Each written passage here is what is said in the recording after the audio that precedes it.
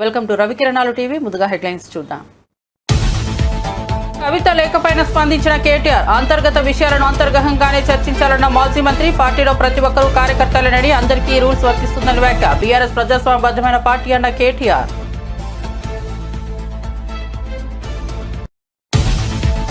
వల్లభనేని వంశీకి తీవ్ర అస్వస్థత, పోలీస్ కస్టడీలో ఉండగా అకస్మాత్తుగా క్షీణించిన ఆరోగ్యం. నకిలీ ఇళ్ల పట్టాల కేసులో పోలీస్ కస్టడీలో ఉన్న వంశీ. అనారోగ్యానికి గురైన వంశీకి కంకిపాడు ప్రభుత్వ ఆసుపత్రిలో చికిత్స. తీవ్ర ఆందోళనలో వంశీ కుటుంబ సభ్యులు. రేవంత్ పై కేటీఆర్ వ్యాఖ్యలను ఖండించిన మహేష్ గౌడ్, ఇంట్లోని కుంపటితో కేటీఆర్ సతమతమవుతున్నారని కవిత వ్యాఖ్యలను దృష్టి మరల్చే ప్రయత్నం చేస్తున్నారని విమర్శ.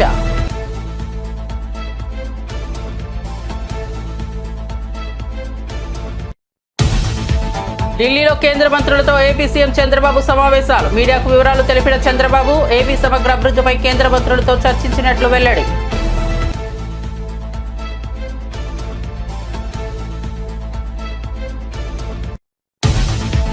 కవిత చెప్పిన దెయ్యం కేటీఆరే కావచ్చన్న మంత్రి సీతక్క. సిస్టర్ స్ట్రోక్ తో కేటీఆర్ చిన్న మెదడు దెబ్బతిందని సీతక్క వ్యాఖ్య. కాళేశ్వరం కమిషన్ల విషయంలో ఇప్పుడు భయం ఎందుకని ప్రశ్న. కేటీఆర్కు గ్లోబాట్ ఇవ్వాలంటూ వ్యంగ్యం.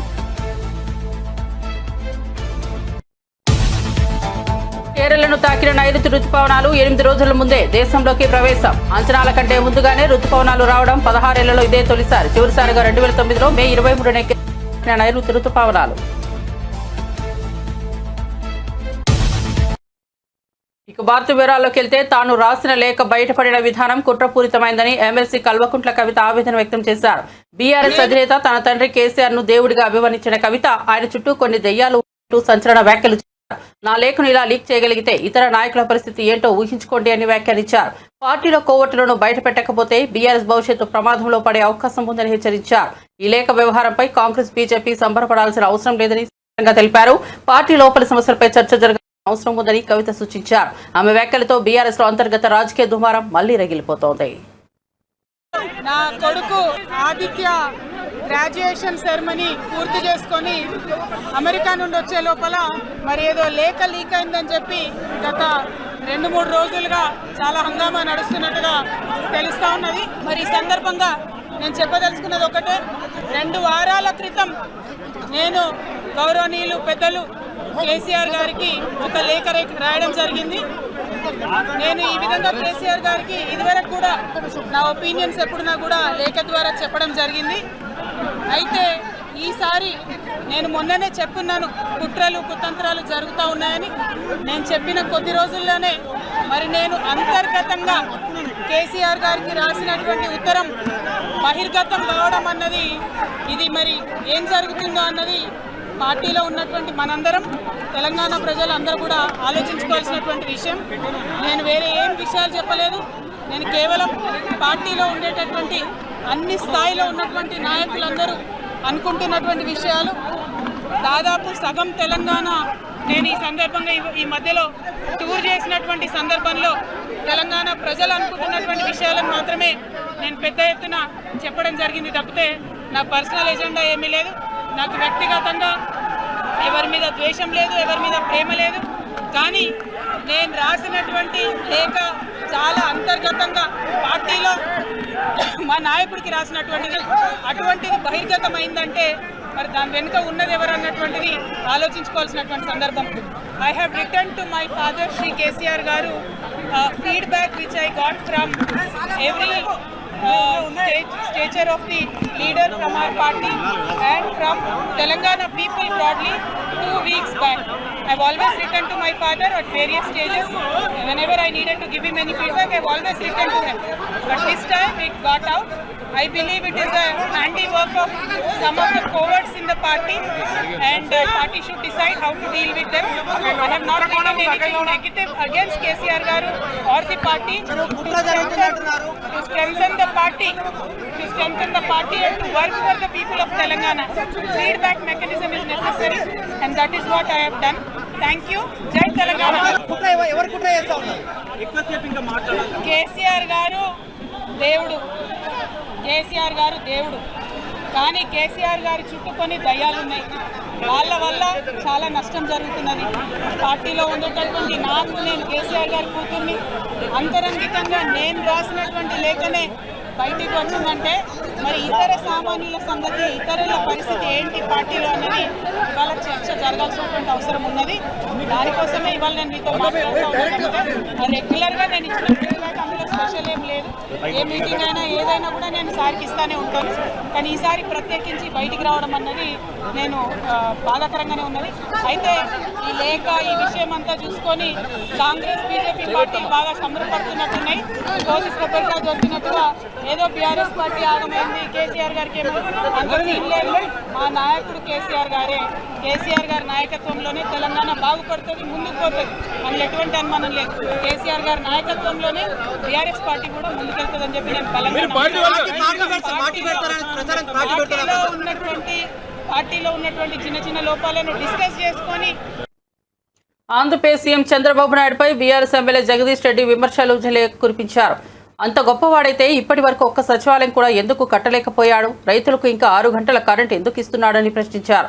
గుజరాత్లోనూ అదే పరిస్థితి ఉందని చెబుతూ అందులో ఏ మెరుగు ఉన్నదని విమర్శనార్థంగా ప్రస్తావించారు. కేసీఆర్ మాట్లాడితే మోడీ బట్టలు ఊసిపోవడమే సాధారణమైపోతుందని ఆయన వ్యాఖ్యానించారు. ఈ మధ్యన సార్ చెప్పిన సామెత ఉంది కదా, మొన్న సభల అని చెప్పి దాన్ని చూసి ఎలకలబడ్డట్టు, నీ చంద్రబాబు అంత మొగోడే అంత మునగాడే అయితే ఎందుకు అమరావతిలో ఒక్క సెక్రటేరియట్ కట్టుకోలేకపోయాడు? 5 సంవత్సరాలు క్లియర్గా పరిపాలన చేసిండు కదా. మోడీ ఆయన చేతిలో ఉన్నాడు కదా. వాళ్ళ మోడీనే స్వయంగా వచ్చి శంకుస్థాపన చేసిండు కదా. మేము కూడా ఏం కిరికిరి పెట్టకుండా మా కేసీఆర్ సార్ కూడా వచ్చి ఆశీర్వాదం ఇచ్చి వచ్చిండు కదా మీకు. అయినా ఎందుకు ఒక్క బంగ్లా కట్టలేకపోయినావు? మా కేసీఆర్ ఉన్నదాన్ని ఊలగొట్టి అద్భుతమైన బంగ్లా కట్టిండాడు సచివాలయాన్ని మొత్తం భారతదేశం అంతా వచ్చి చూసేటట్టు.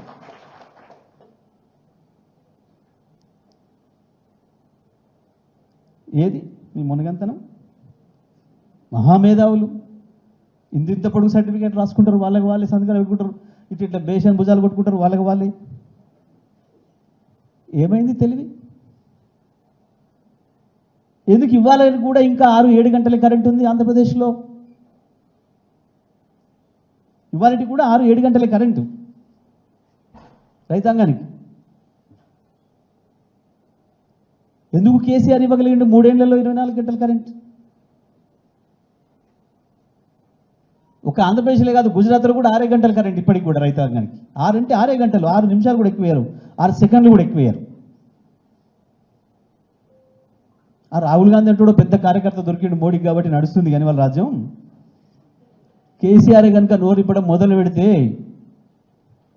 మోడీ బట్టలు ఊసిపోవడం ఖాయం.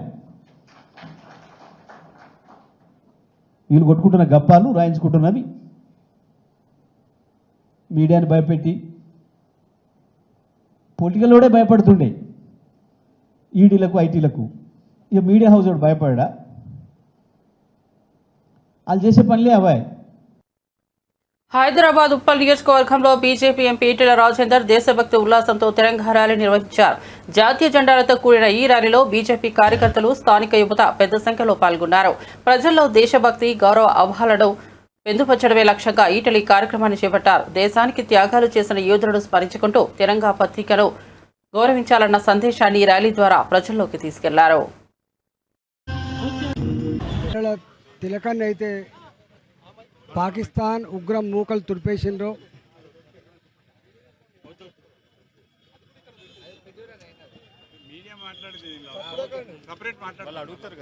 ఝాన్సీ లక్ష్మీబాయి వారసులైనటువంటి 2 మహిళా మండల నాయకత్వంలో పాకిస్తాన్ టెర్రరిస్టు మూకలపై ఏ విధంగా విరుచుకుపడ్డామో, 3 రోజుల కాలంలోనే పాకిస్తాన్ ఎయిర్ బేస్లు కావచ్చు, పాకిస్తాన్ వ్యవస్థల మీద దాడి చేసి ఎట్లా కకావికలం చేసినామో, దెబ్బకే పాకిస్తాన్ దిమ్మ తిరిగి కాళ్ళబేరానికి వచ్చిందో, ఆ తదుపరి పరిణామాలకు భారత జాతి నరేంద్ర మోడీ గారికి మద్దతు ఇవ్వాలి, భారత సైన్యానికి స్ఫూర్తినివ్వాలని చెప్పి ప్రతి జిల్లాలో, ప్రతి నియోజకవర్గంలో తిరంగ ర్యాలీలను ఏర్పాటు చేసింది. ఈరోజు 11:30కు ఉప్పల్ నియోజకవర్గంలో ఎన్విఎస్ఎస్ ప్రభాకర్ గారు, మాజీ శాసనసభ్యులు, అదేవిధంగా సుభాష్ రెడ్డి గారు, మాజీ శాసనసభ్యులు, శాసన మండలి సభ్యులు జనార్దన్ రెడ్డి గారు, మా జిల్లా అధ్యక్షుడు మల్లారెడ్డి గారు, మహిళా సంఘ రాష్ట్ర నాయకురాలు రాష్ట్ర అధ్యక్షులు శిల్పారెడ్డి గారు, తాడూరు శ్రీనివాస్ గారు, కార్పొరేటర్లు శ్రీవాణి గారు, చేతన గారు, అదేవిధంగా డివిజన్ నాయకులు, సీనియర్ నాయకుల నాయకత్వంలో ఈరోజు సంఘీభావ ర్యాలీ నిర్వహించడం జరిగింది. రాబోయే కాలంలో భారత సైన్యానికి, భారత ప్రధానమంత్రి గారికి సంపూర్ణంగా మద్దతిస్తూ దేశం నరేంద్ర మోడీ గారి వెంట నిలబడాలి, భారత మాతను రక్షించుకోవాలనేటువంటి కాన్సెప్ట్తో ఈరోజు ర్యాలీ నిర్వహించడం జరిగింది.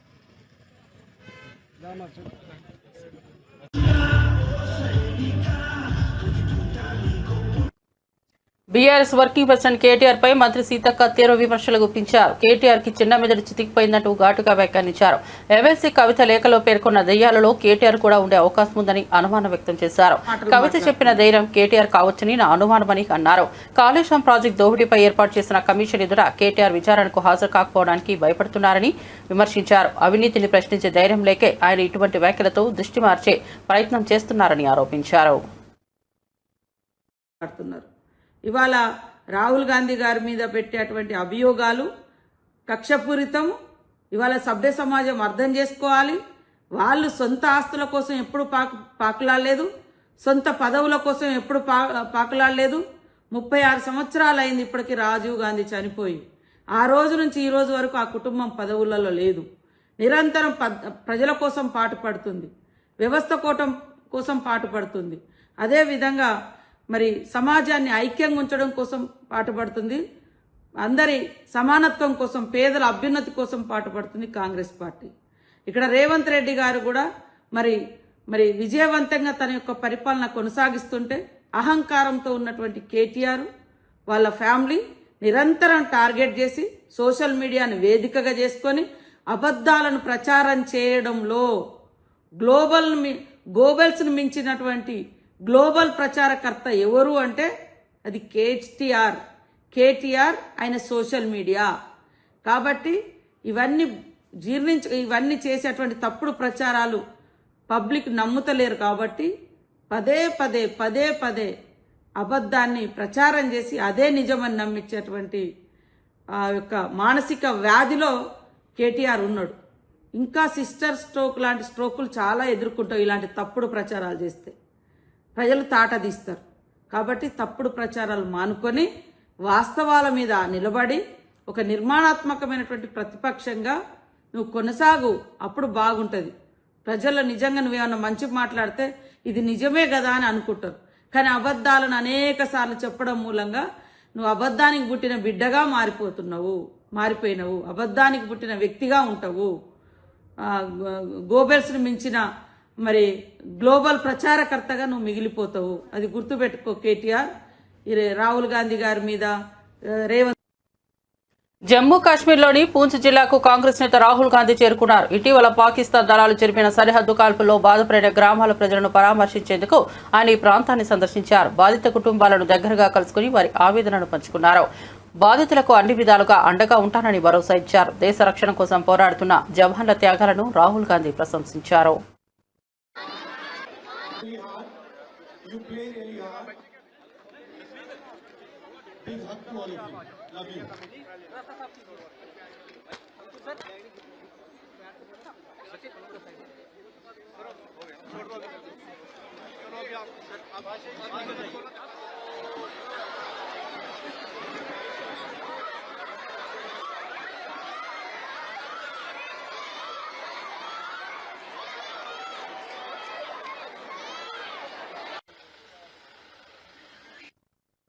బీఆర్ఎస్ లో దెయ్యాలు రాక్షసులు ఉన్నాయని ఎమ్మెల్సీ కవిత స్వయంగా ఒప్పుకున్నారని TPCC MLC doctor Balmoori Venkat ఆక్షేపించారు.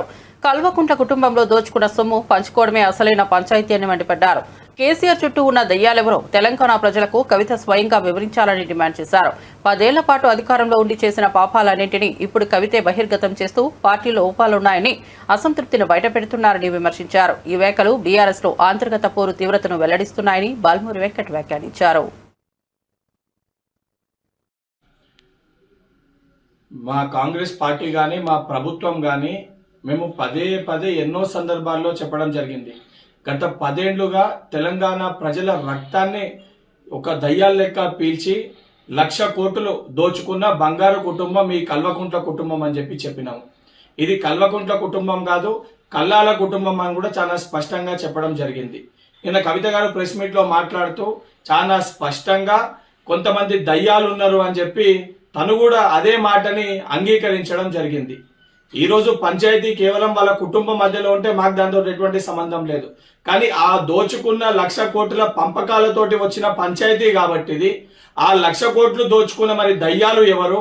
KCR గారిని అన్నారా, లేదా కేటీఆర్ దయ్యమని అన్నారా, సంతోష్ రావు దయ్యమని అన్నారా, హరీష్ రావు దయ్యమని అన్నారా, లేదా బీఆర్ఎస్ పార్టీలో ఇంకే నాయకులని దయ్యాలని చెప్పి మీరు ఉద్దేశించి మాట్లాడినరో దానికి స్పష్టత తెలంగాణ సమాజానికి తెలంగాణ ప్రజలకి ఇవ్వాల్సిన బాధ్యత మీ పైన ఉంది. శాసన మండలి సభ్యునిగా కవిత గారిని దీనిపైన స్పష్టత ఇవ్వాల్సిందిగా కోరుకుంటున్నా. మీకు ప్రేమలు ఉన్నాయా, ద్వేషాలు ఉన్నాయా, మీ అన్న చెల్లెల మధ్యలో ఏ పంచాయతీలు ఉన్నాయో మాకు సంబంధం లేదు. కానీ 1,00,000 కోట్లు దోచుకొని ఆ పంపకాల్లో వచ్చిన పంచాయతీ కాబట్టి మేము పదే పదే వీళ్ళు దయ్యాల లెక్క గత 10 ఏళ్ల మీ పరిపాలనలో ప్రజల రక్తాన్ని పీల్చుకొని తిన్నారని చెప్పి మేము కూడా చెప్పినాము. ఆ చెప్పిన మాటల్ని మీరు ఈ రోజు కూడా మీరు కూడా స్వయంగా ఆ కుటుంబంలో ఉన్న ఒక కుటుంబ సభ్యురాలు కల్వకుంట్ల కవిత గారు అంగీకరించారు. మరి అంగీకరించినప్పుడు ఆ దయ్యాలు, ఆ రాబందులు, ఆ రాక్షసుల పేర్లు కూడా తెలంగాణ ప్రజలకి స్పష్టత ఇవ్వాలని చెప్పి కవిత గారిని కోరుతున్నా. నేషనల్ హెరాల్డ్ కేసులో సీఎం రేవంత్ రెడ్డి పేరు ఛార్జ్ షీట్ లో ఉండటాన్ని తీవ్రంగా తప్పుపట్టిన బీఆర్ఎస్ వర్కింగ్ ప్రెసిడెంట్ కేటీఆర్ నైతికత ఉంటే వెంటనే రేవంత్ రెడ్డి రాజీనామా చేయాలి అన్నారు. గతంలో యడ్యూరప్ప హౌసింగ్ స్కామ్ నేపథ్యంలో కాంగ్రెస్ నేతలు ఆయన రాజీనామా చేయాలని డిమాండ్ చేసిన సందర్భాన్ని ఉదాహరించారు. అదే నైతిక ప్రమాణాలను ఇప్పుడు రేవంత్ రెడ్డి పైన అమలు చేయాలని కాంగ్రెస్ నాయకులను కోరారు. అలాగే తన సోదరి కవిత బీఆర్ఎస్ లో జరుగుతున్న అంశాలపై బహిరంగంగా మాట్లాడిన విషయాన్ని కొట్టిపారేశారు. నాన్నను డైరెక్ట్ గా కలిసే అవకాశం నీకు ఉంది, అలా ఎందుకు మాట్లాడావు అంటూ కవితకు వార్నింగ్ ఇచ్చారు. పార్టీ అంతర్గత విషయాలు బయటపెట్టడం సరైనది కాదని స్పష్టం చేశారు. కేటీఆర్ వ్యాఖ్యలతో బీఆర్ఎస్ లో ఉన్న సంక్షోభం బహిరంగంగా వెలువడింది. రేవంత్ రెడ్డి ఇప్పుడు ఆ దయ్యాన్ని శనిని ఎట్లా వదిలించాలనేది మా టార్గెట్. ఇక మీరు చెప్పే టెన్షన్ ఎందుకే అంతగానో మాట్లాడినారా, ఎందుకు అంత ఎగబడుతున్నావు? నేను అనేది ఏమంటే మీరు ఒకటి గుర్తుపెట్టుకోండి, లోక్సభ ఎన్నికలకు ముందు మేము పార్లమెంటు నియోజకవర్గాల వారీగా సమావేశాలు పెట్టాం, సమీక్షా సమావేశం. ఇక్కడ అసెంబ్లీలో ఓడిపోయాము, ఎట్లా ముందుకు పోవాలని చెప్పి దాదాపు 17 రోజుల పాటు మీరందరూ చూశారు. ఇక్కడే వేల మంది కార్యకర్తలతో కూర్చొని దాదాపు 7, 8, 9, 10 గంటలు వారితో చర్చించాం. ఆ ప్రాసెస్లో చాలామంది డైరెక్ట్గా మైక్లో మాట్లాడిన వాళ్ళు ఉన్నారు, కొంతమంది చిట్టీల మీద రాసిచ్చిన వాళ్ళు ఉన్నారు, కొంతమంది కేసీఆర్ గారికి ఉత్తరం అందించండి అని చెప్పి ఉత్తరాలు ఇచ్చిన వాళ్ళు ఉన్నారు. కాబట్టి మా పార్టీలో we encourage open culture, democracy కాబట్టి, డెమోక్రాటిక్ పార్టీ కాబట్టి, ప్రజాస్వామిక స్ఫూర్తి ఉన్న పార్టీ కాబట్టి మా పార్టీ అధ్యక్షుల వారికి ఎవరైనా సూచనలు చేయాలనుకుంటే ఉత్తరాలు రాయొచ్చు. అదేదో చాలా గొప్ప విషయం అన్నట్టు మీరందరూ అంత బాధపడిపోవాల్సిన అవసరం ఏం లేదు. నేను అనేది ఏమంటే మా పార్టీలో డెమోక్రసీ ఉంది కాబట్టి మా పార్టీ అధ్యక్షుల వారికి మా పార్టీ నాయకులు ఎవరైనా సరే అప్పుడప్పుడు సూచనలు సలహాల రూపంలో లిఖితపూర్వకంగా ఇవ్వచ్చు, ఓరల్గా ఇవ్వచ్చు, రకరకాలుగా ఇవ్వచ్చు.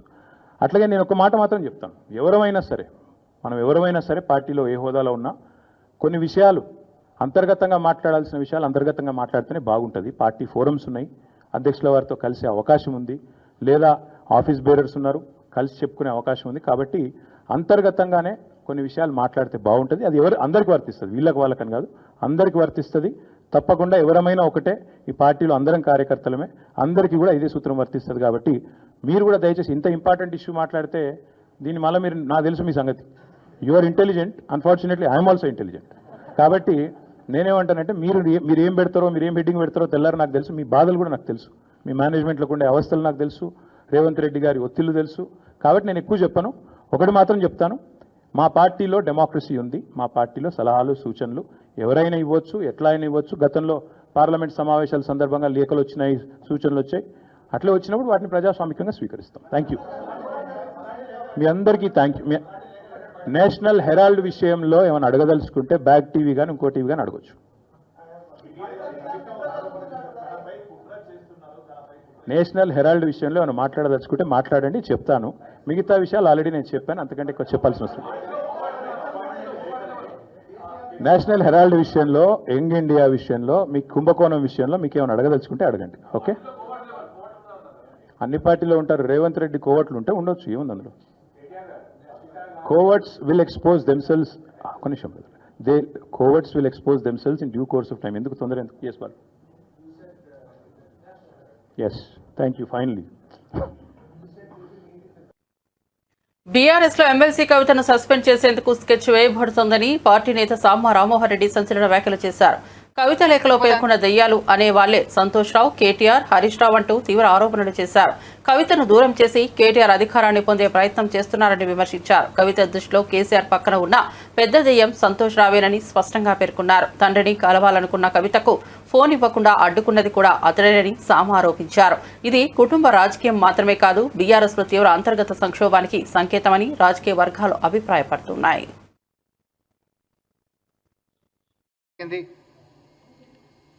తర్వాత అవి ఫేక్ లెటర్లని, లేకపోతే కాంగ్రెస్ పార్టీ నుంచి నేనే ఏదో తయారు చేసినా అని, లేకపోతే అందులో వాస్తవాలు ఏమీ లేవని, వాళ్ళ కింద ఉండి జీతాలు తీసుకుంటున్నటువంటి కొంతమంది సోషల్ మీడియా, తర్వాత కొంతమంది యూట్యూబ్ ఛానళ్ళు, తర్వాత వాళ్ళ ప్రచారం తప్ప వేరే ప్రజానికమో లేకపోతే ప్రజాస్వామ్యమో పట్టించుకున్నటువంటి కొంతమంది, ఇదంతా కూడా ఒక ఫేక్ న్యూస్, ఫేక్ లెటర్లు అట్లాంటివి లేనే లేవు అని మాట్లాడితే, నిన్న విమానాశ్రయంలో స్వయానా కల్వకుంట్ల కవిత గారు ఆమె రాసినటువంటి లేఖ గురించి ప్రస్తావించినటువంటి అంశాన్ని నేను మళ్ళొకసారి గుర్తు చేస్తూ, ఆమె అక్కడికి ఆపకుండా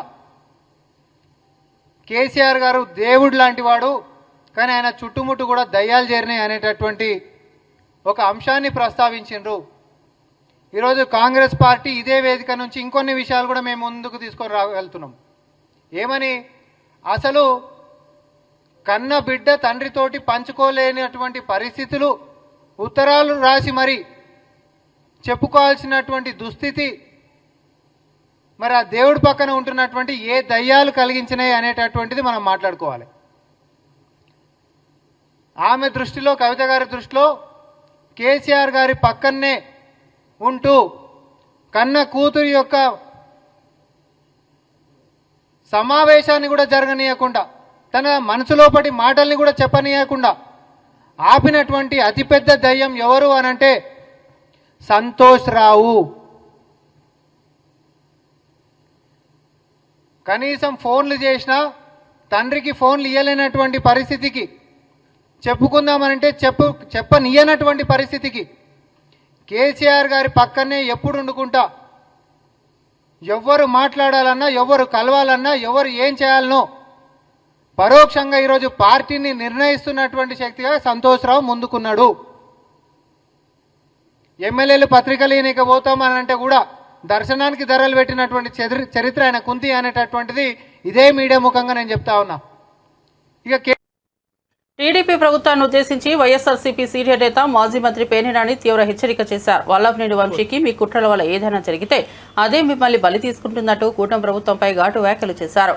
గతంలో వంగవీటి రంగా హత్య ఎలా ఎన్టీఆర్ పతనానికి కారణమైందో గుర్తు చేస్తూ అదే తరహాలో ఇప్పుడు జరగొచ్చని సూచించారు.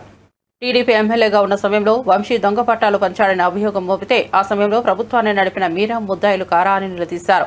ఇది రాజకీయ కుట్రగా అభివర్ణిస్తూ వైఎస్ఆర్సీపీ నేతలపై వేధింపులు పెరిగితే ప్రజా వ్యతిరేకత ఏ స్థాయికి చేరుతుందో ఆలోచించుకోవాలని అన్నారు. కూటమి ప్రభుత్వానికి పేర్నినాని ఇచ్చిన ఈ వాణి రాజకీయ వర్గాల్లో చర్చనీయాంశమైంది.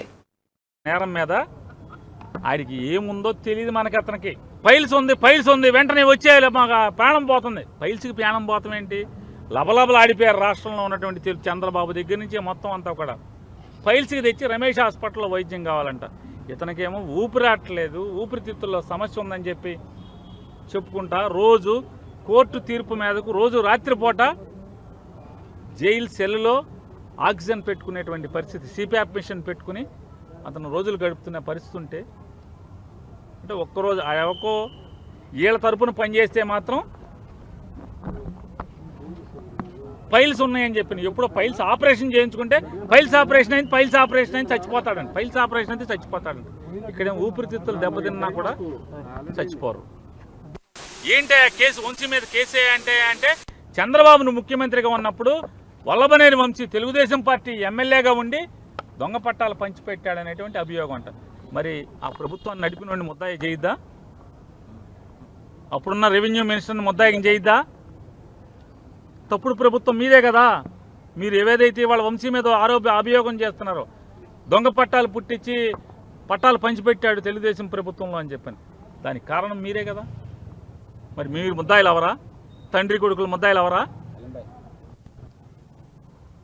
కాబట్టి మీ ఏపోడు అంటే మీ జెండా మోస్తే ఏం పాపాలు చేసినా పర్లేదు.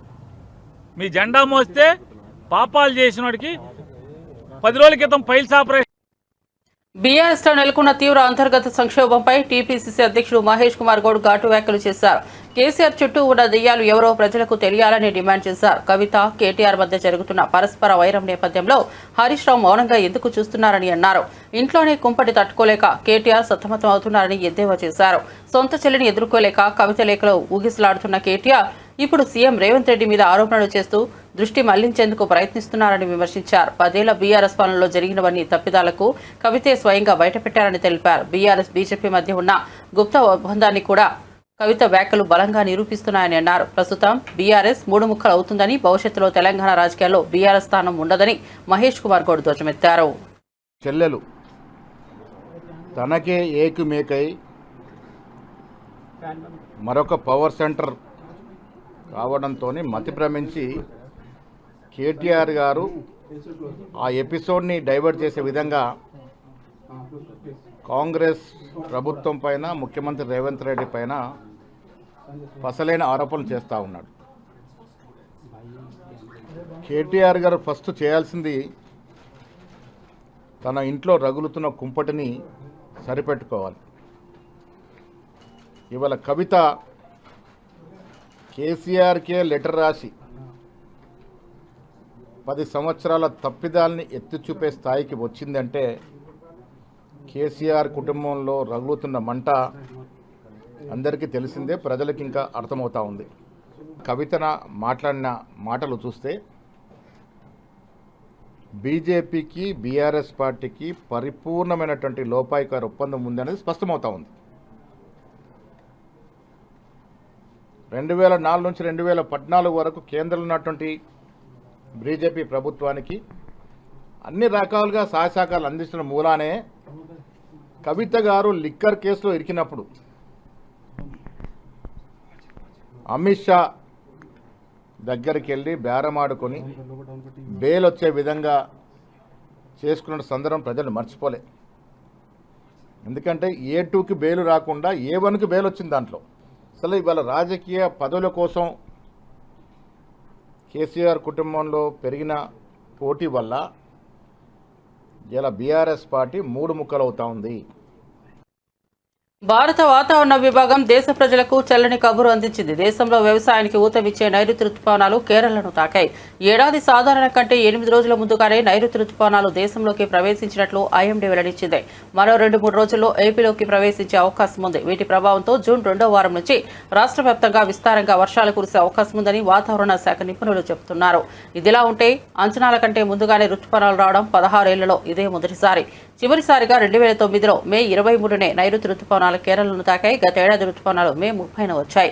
కానీ ఈ ఏడాది 6 రోజులు ముందుగానే వచ్చేశాయి. కోసం చూస్తూనే ఉండండి రవికిరణాలు టీవీ.